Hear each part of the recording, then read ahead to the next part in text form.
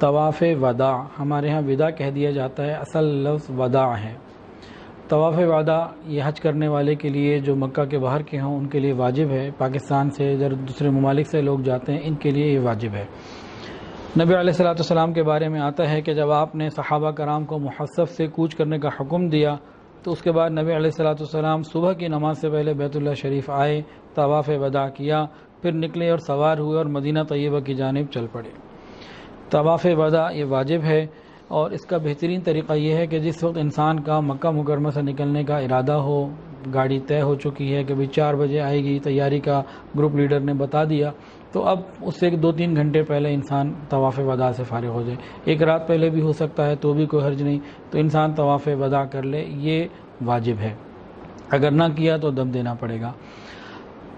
طواف وداع کرنے کے بعد اگر انسان کو مزید کچھ وقت مل جائے، گاڑی لیٹ ہو گئی یا کوئی اور کام ہے، تو انسان اب حرم میں وقت گزار سکتا ہے۔ بعض لوگ سمجھتے ہیں کہ شاید ہم نے طواف وداع کر لیا، اب دوبارہ حرم میں نہیں آ سکتے، ایسی کوئی بات نہیں۔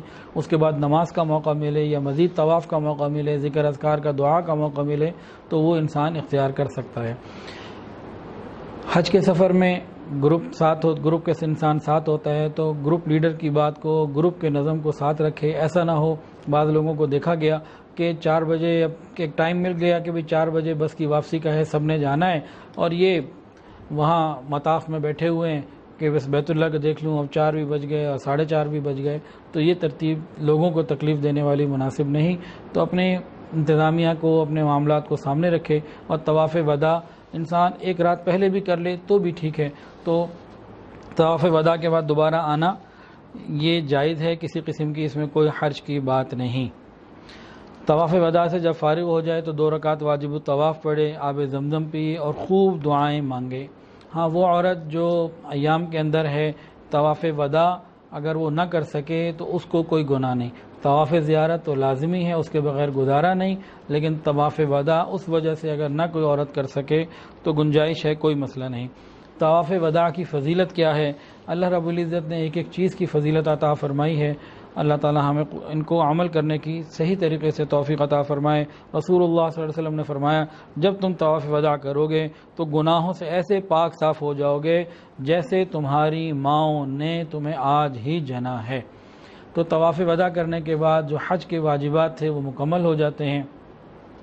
اب آب زمزم اور کھجور کا لانا، اس کے اوپر کچھ بات۔ نبی علیہ الصلوۃ والسلام باقاعدہ اور صحابہ کرام اس کا اہتمام فرمایا کرتے تھے، شوق سے، رغبت سے آب زمزم کو اپنے ساتھ لے جایا کرتے تھے۔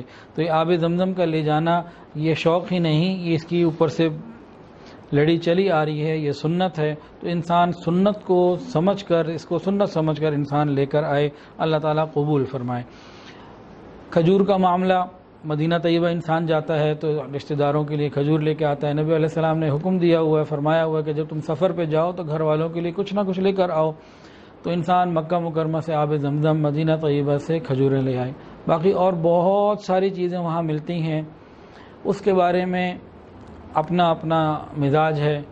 میری رائے یہ ہے کہ بھئی وہاں سے چیزیں نہ ہی خریدی جائیں، وہ وقت قیمتی ہے، اس کو حرم میں اور عبادت میں گزارا جائے، نہیں تو کم سے کم آرام میں گزارا جائے، بازار کے چکر نہ لگا جائے۔ یا بہت آسانی سے کم وقت میں کوئی چیز مل سکتی ہے احباب کے لیے تو تھوڑی بہت انسان خرید لے، بہت زیادہ اس میں اپنے آپ کو نہ لگائے۔ یہ قیمتی دن ہے، قیمتی وقت ہے، یہ پرچیزنگ کے لیے نہیں، شاپنگ کے لیے نہیں۔ اتنے بڑے بڑے شاپنگ مال اب وہاں بن گئے ہیں کہ بہت سارے لوگوں کا وقت بجائے حرم کے ہوٹلوں میں اور بازاروں میں گزرتا ہے۔ یہ بہت تکلیف دہ باتیں ہیں۔ انسان جب حج سے واپس آتا ہے تو سادگی سے، خاموشی سے آئے۔ اب یہاں ہار پہنائے جاتے ہیں۔ نبی علیہ السلام حج سے واپس آئے مدینہ، صحابہ کرام آئے، اور یہ سینکڑوں سالوں سے چلتا چلا آ رہا ہے، کبھی کسی نے کسی کو ہار نہیں پہنایا۔ یہ ہمارے یہاں ہار پہنانے کی رسم یہ غیر ضروری رسم ہے، ان چیزوں سے بچنا چاہیے۔ انسان بس یہ مانگے اللہ قبول فرما لے۔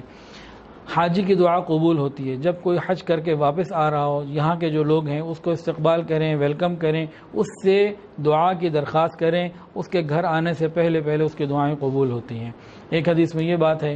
دوسری حدیث میں حضرت عمر بن الخطاب رضی اللہ تعالی عنہ فرماتے ہیں کہ حجاج کرام کی مغفرت کر دی جاتی ہے، اور اس کی بھی مغفرت کر دی جاتی ہے جس کے لیے دعا کرتا ہے۔ اور فرمایا کہ حاجی کے لیے واپس آنے کے بعد 20 ربیع الاول تک قبولیت دعا کا وقت ہے، کھلا لمبا ٹائم، محرم کا پورا مہینہ، اس کے بعد سفر کا پورا مہینہ، ربیع الاول کے 20 دن، اتنا لمبا ٹائم ہے، انسان دعائیں مانگتا رہے کہ اللہ قبول فرما لیجئے۔ حضرت ابراہیم علیہ السلام نے جب بیت اللہ شریف کی تعمیر مکمل فرما لی تو یہی مانگا تھا، ربنا تقبل منا، اللہ قبول کر لیجئے۔ تو عمل کرنا ایک کام ہے اور قبولیت مانگنا اور بار بار مانگنا یہ دوسرا کام ہے۔ اگر کوئی شخص حج یا عمرہ کر کر آئے اور ہم اس سے مل رہے ہوں تو اس کو کس طرح سے دعا دی جائے، سنیے۔ ایک شخص نبی علیہ السلام کے پاس آیا حج عمرہ کر کے، نبی علیہ السلام نے سر مبارک اٹھایا، اس کو یہ دعا دی، اللہ تعالیٰ تیرے حج کو قبول فرمائے، تیرے گناہوں کو معاف فرمائے اور تیرے خرچ کا بہترین بدل عطا فرمائے۔ تو 3 باتیں، اللہ پاک سفر کو قبول فرمائے، گناہوں کو معاف فرمائے اور خرچے کا بہترین بدل عطا فرمائے۔ اللہ تعالیٰ سے دعا ہے اللہ تعالیٰ ہم سب کو حج مبرور عطا فرمائے۔ وآخر دعوانا ان الحمد للہ رب العالمین۔